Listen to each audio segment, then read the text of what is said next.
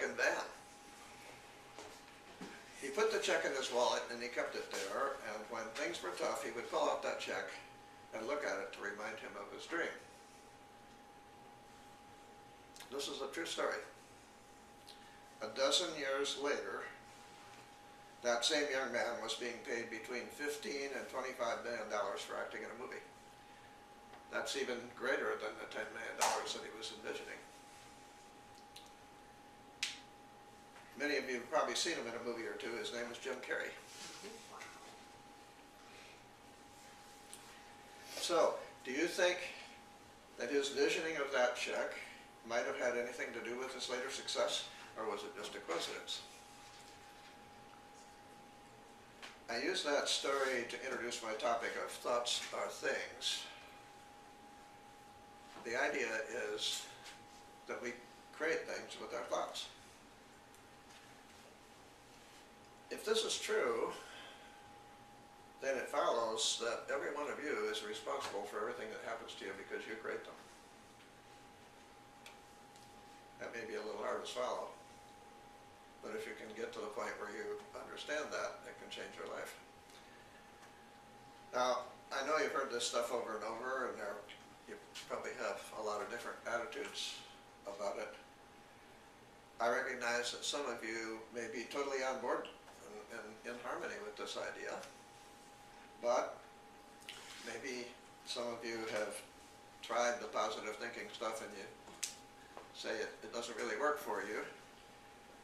Or maybe you're willing to accept that you might be able to manifest little things, unimportant things in your life, but you're not powerful enough to create the big important stuff when you try to win the lottery and become a millionaire overnight.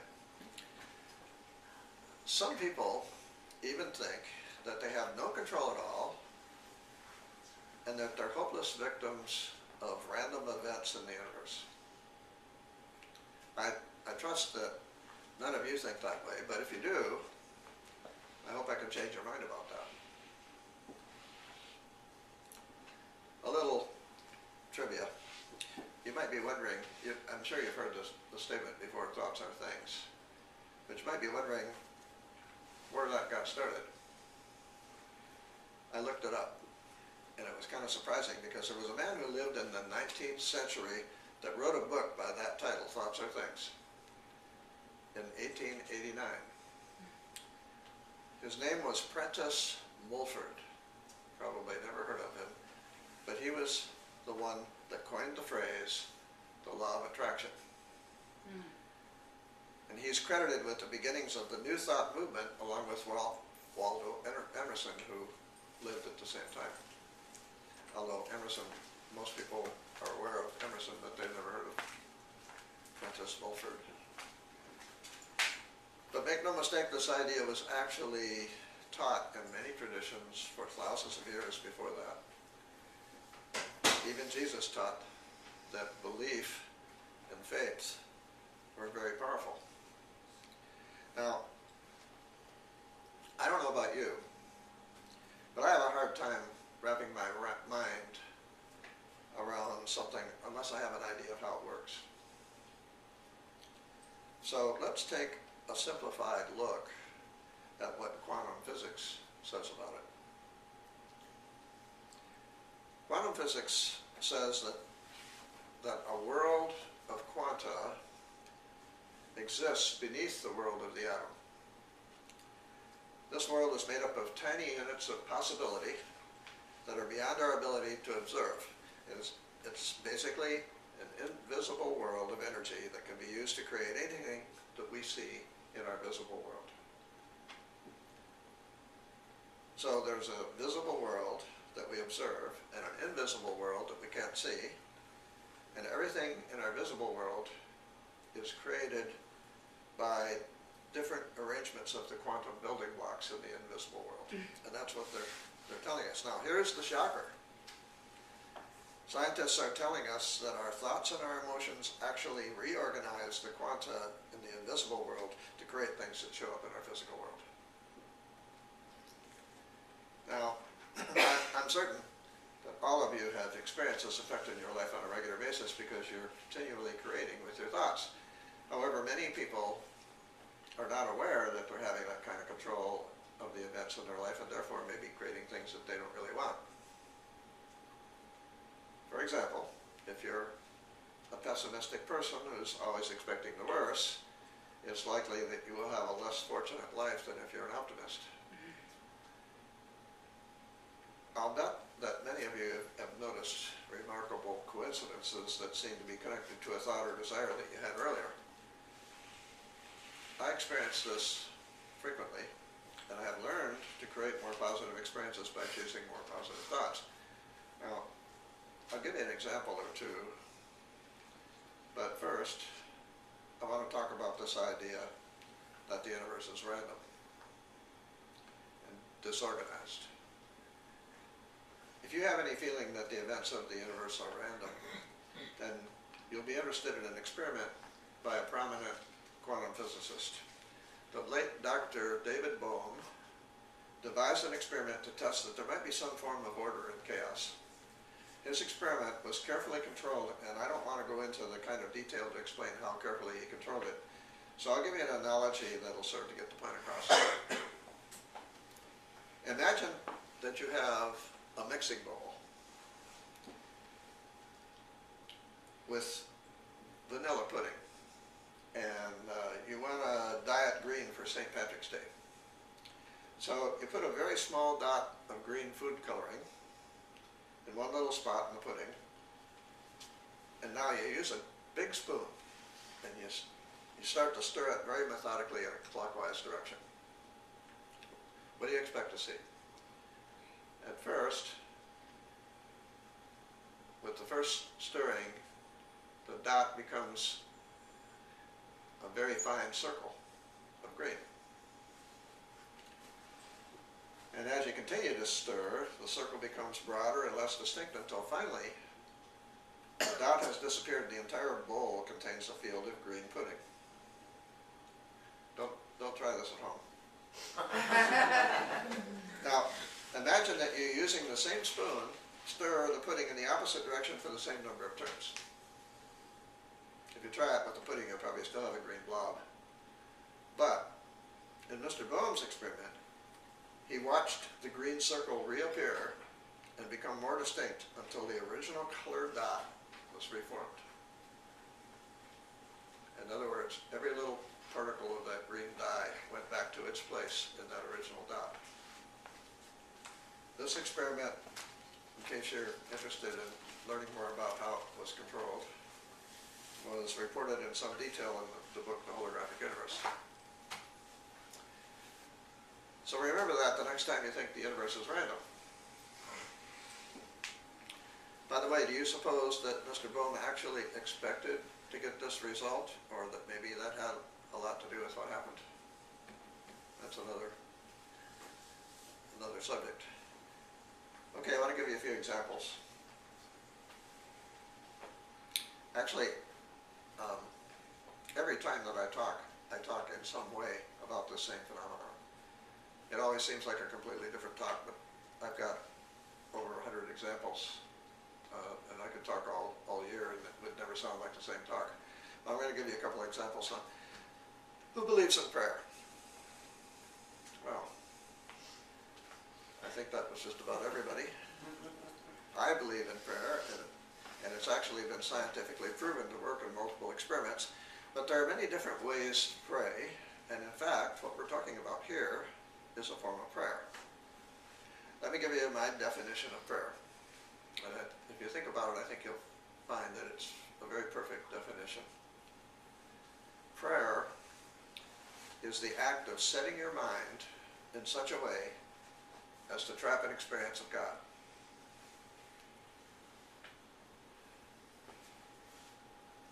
I'll say that again.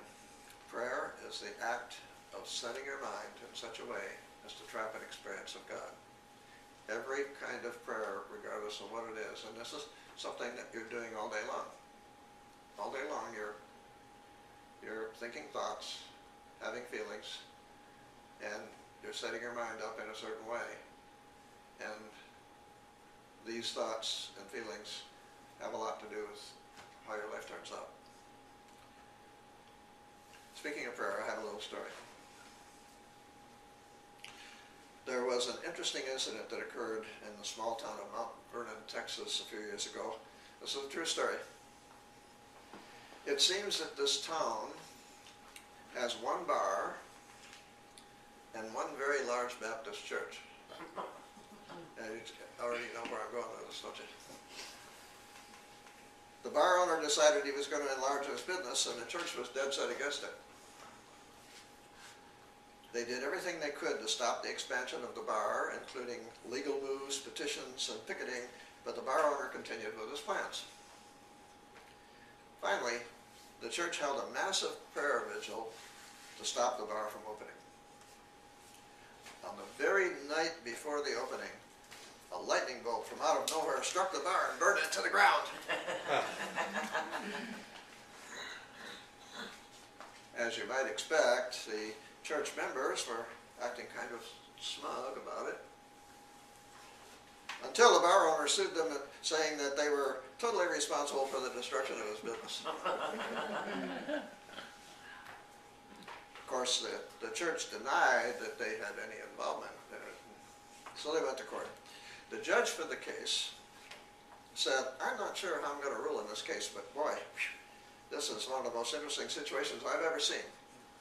Because on the one hand, we have a bar owner who totally believes in the power of prayer, and on the other hand, we have an entire church congregation that doesn't."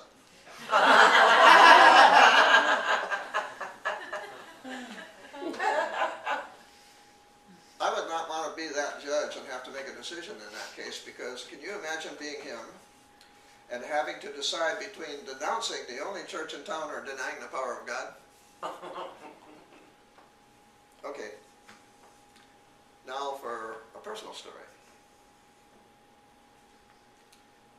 About 2 years ago, I was trying to teach a young man about how to make use of the principle of praying through the use of thoughts and emotion.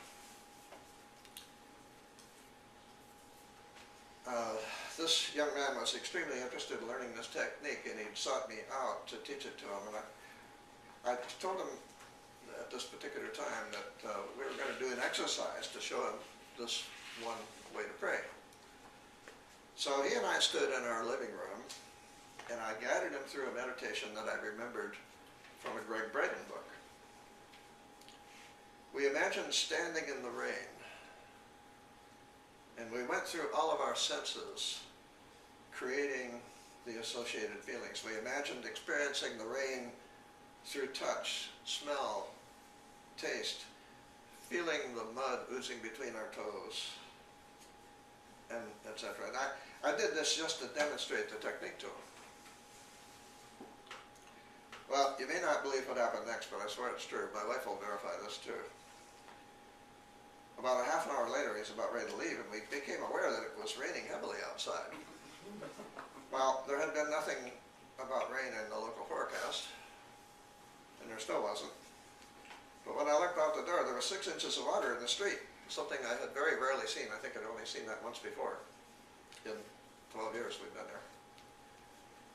So we both looked at that and we said, that's really interesting. And after he left, my wife arrived. She works an hour away over in Hillsborough County. And she said, you know, it was really funny. I drove all the way home from Brandon area with the sun clearly in the sky. But when I got about a mile from here, the rain was coming down in buckets, and it seemed like this was the only place that was raining. It's true, and I still have a hard time believing it. But that actually happened. Was it a coincidence? Well, you'd have to have been there to appreciate it. I got one more story to illustrate the point.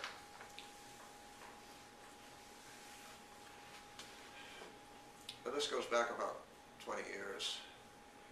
I had a lady friend that I spent more than 3 years with. Very, very nice woman who really had a great deal of effect on my life. And at one point she decided that she wanted to publish a book, but she didn't have the resources with which to do this. And it turns out that I was in a position to be able to help her, so I helped her in any way that I could. I supplied a computer for her, I gave her computer support. I gave her all kinds of support to help her to pursue her idea, put the book into print. And it turned out it was a reasonably successful book. It sold in the state of Florida. It was a book about Florida. It sold at Barnes & Noble.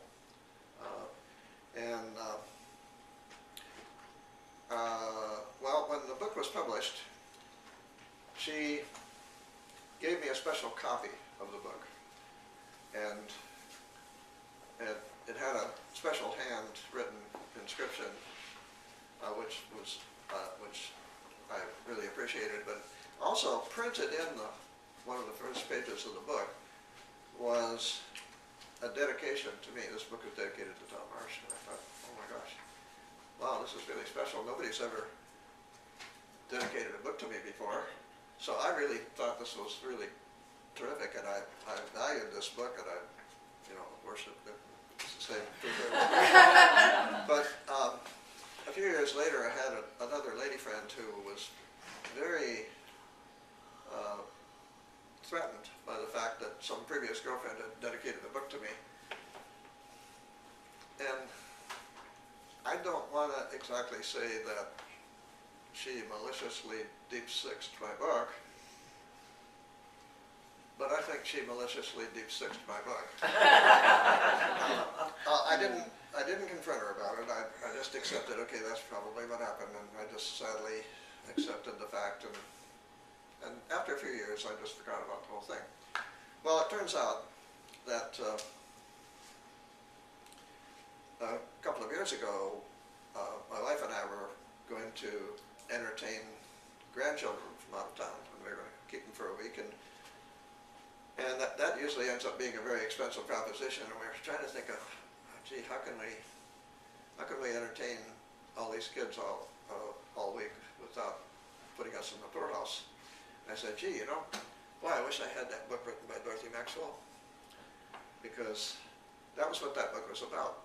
All the things you could do for free, or almost free, in the state of Florida. And it was a terrific resource. And I thought, gee, it sure would have been good if I still had that book. But then I dismissed it. Well, it turns out the very next day,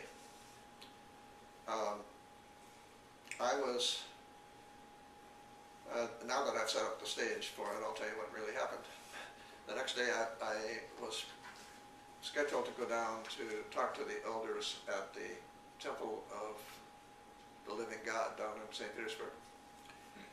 And it turns out when I got down there, something was going on, and I wasn't going to be able to talk to them for an hour or two. So I had to kill some time. Okay, what am I going to do? It doesn't make sense for me to drive all the way back to Seminole and then go all the way back down to St. Pete. So I'll try to figure out something to do here. Well, it turns out that if you know where the Temple of Living God is, it's 1 block away from Haslam's bookstore.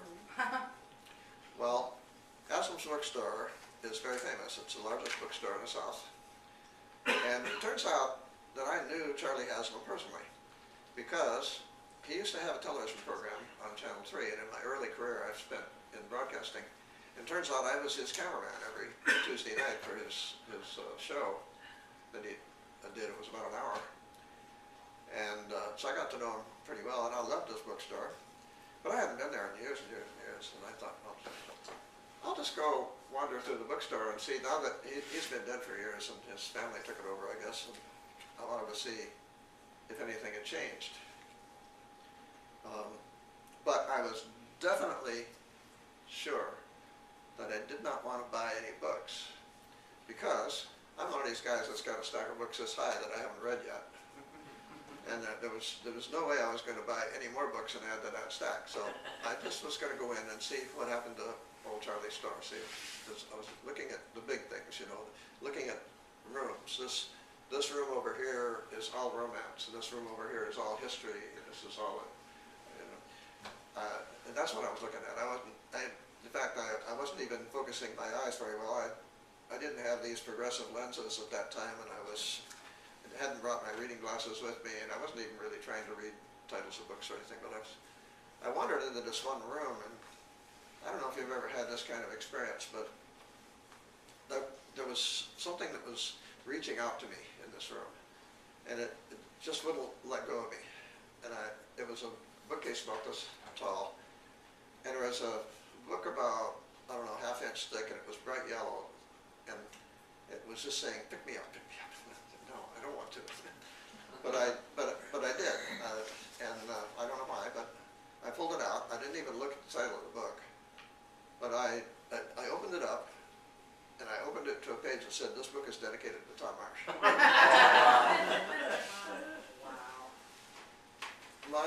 My goosebumps had goosebumps. I was numb. I couldn't believe it. This was the book. It wasn't the same one that probably got burned or it was in a dump somewhere, but it was the book that she had published. It was a copy of it. So I got so excited I rushed right over to the desk, and I bought the book, and then I told the story to anybody who would listen there that was there in the store. And they all had a big laugh about it. Yeah, it was quite a coincidence. And so I started to leave the store, and I had a thought. I went back to the clerk and I said, is there any way you can tell me how long you've had this book? They said, sure. They looked at the book and they said, well, we just put it out there. Wow.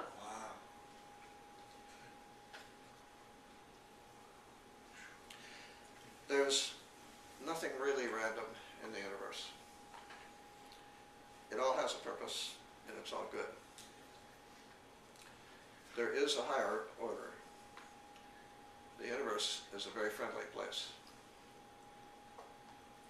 And I leave that with you.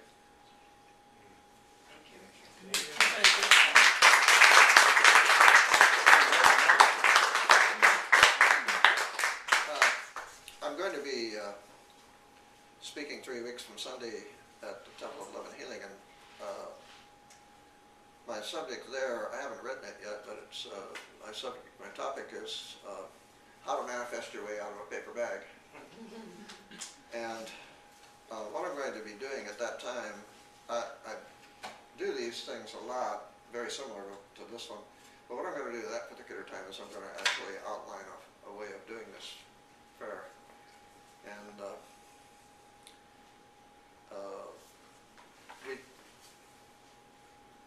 we teach a method of scientific prayer or spiritual mind treatment, which it has 5 steps to it, and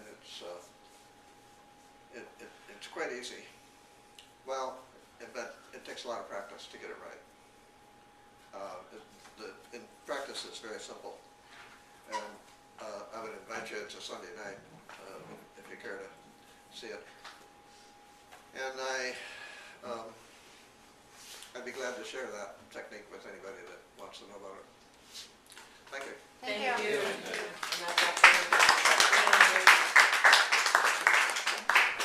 Could you turn this off for me?